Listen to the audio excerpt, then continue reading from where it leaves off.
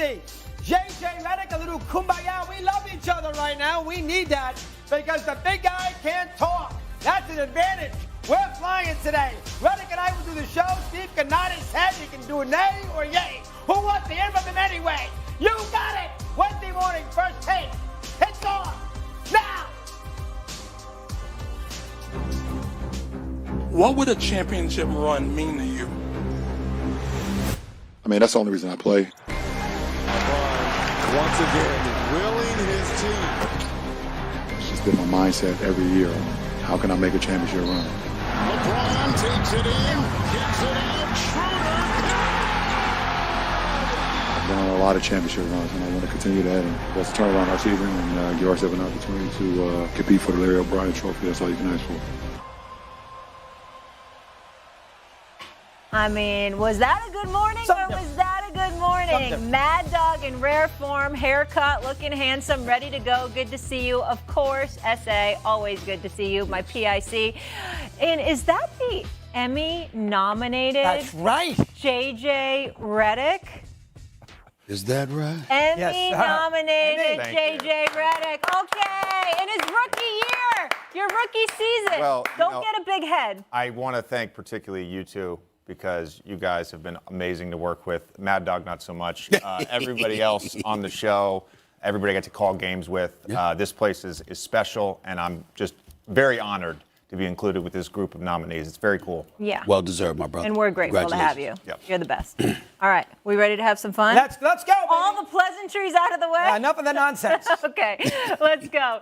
The Lakers outlast the Timberwolves in OT to earn the number 7 seed in the Western Conference playoffs. LeBron James had 30 points and 10 rebounds in the 108-102 OT win over Minnesota in the play-in game. The Lakers will face 2-seed Memphis in the first round starting Sunday. The Wolves will host New Orleans or Oklahoma City on Friday for the 8th spot. LeBron, as you know, Kings wear crowns. So what would a championship run mean to you, sir?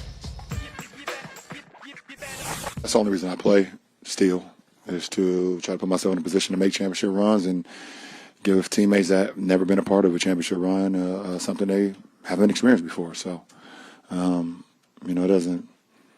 it has not changed for me over the last, I would say, since about 2006, 7.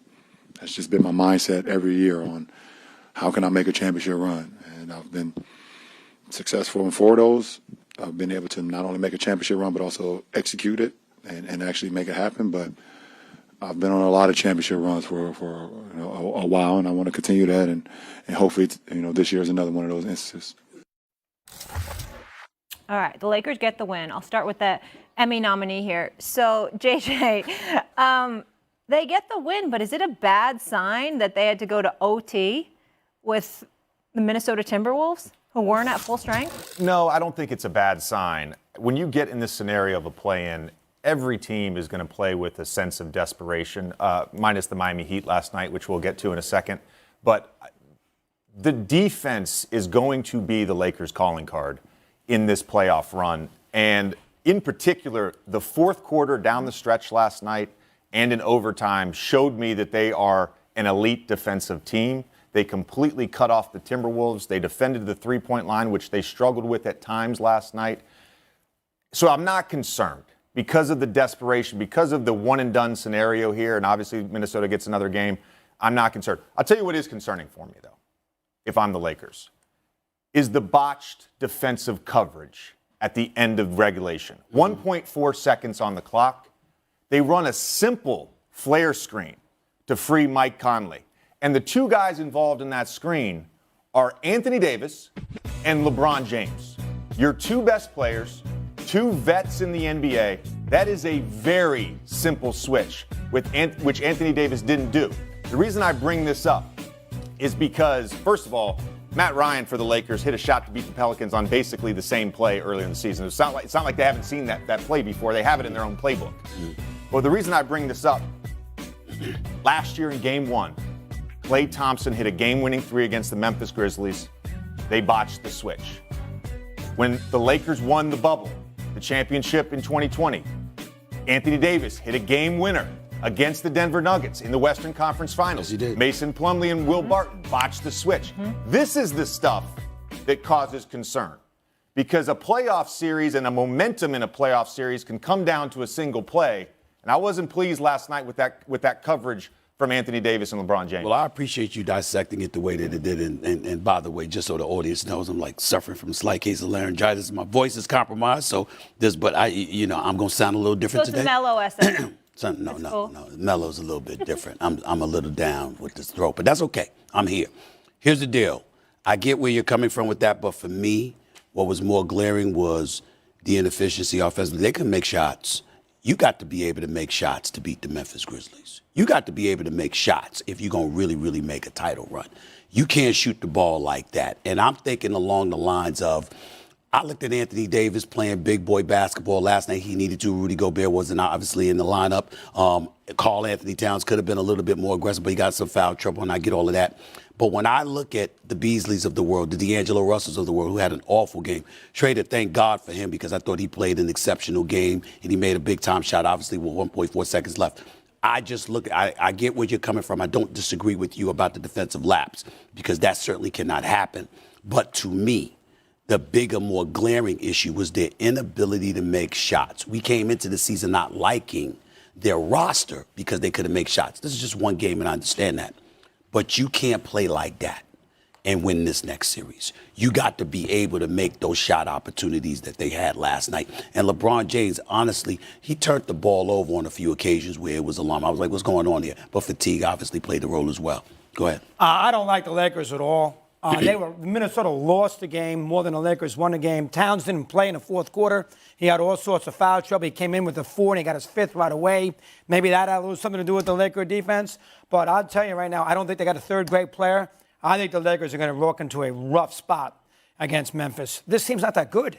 LeBron can talk all he wants, and he's great, and we know Anthony Davis. They can talk all they want about how they're going to make this great run. Lakers aren't winning the NBA championship, and they're not going to the finals. The team's not that good.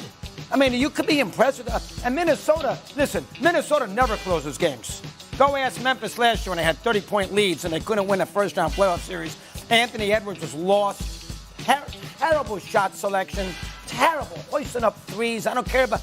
I know he says he's got a bad elbow. You know the old line, if you're injured, don't play. If you play, you're not injured. So I don't want to listen to that. And I stayed up to 10 of 1 to see every basket. I was very unimpressed with the Lakers. They are going to get mauled. I know, listen, the Grizzlies, you've been on them all year with Adams and everything else. Wait and see. They're not going deep in the Western Conference playoffs. I know you think they can, so fight me off. Go ahead.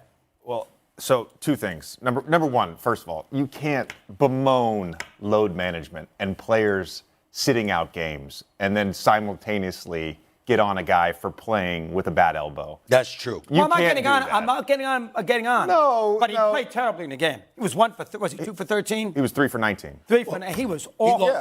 He lost all confidence. There was a chunk at some point late he realized I just need to go to the hole because he had no confidence in his perimeter shot whatsoever. On the Grizzlies, so I said this a few weeks ago, and it's obviously been updated based on Woj's report that it's likely Steven Adams is out for the entire playoffs.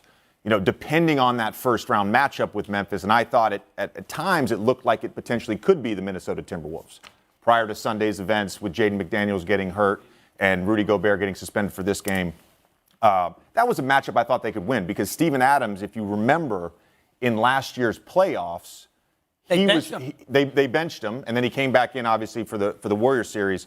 But they basically went to a switching defense with Karl Anthony Towns and really limited what he was able to do after games 1 and 2. I think against the Lakers, I'm not sure it's a great matchup for either team, to be honest with you, which was why I'm really fascinated by this series.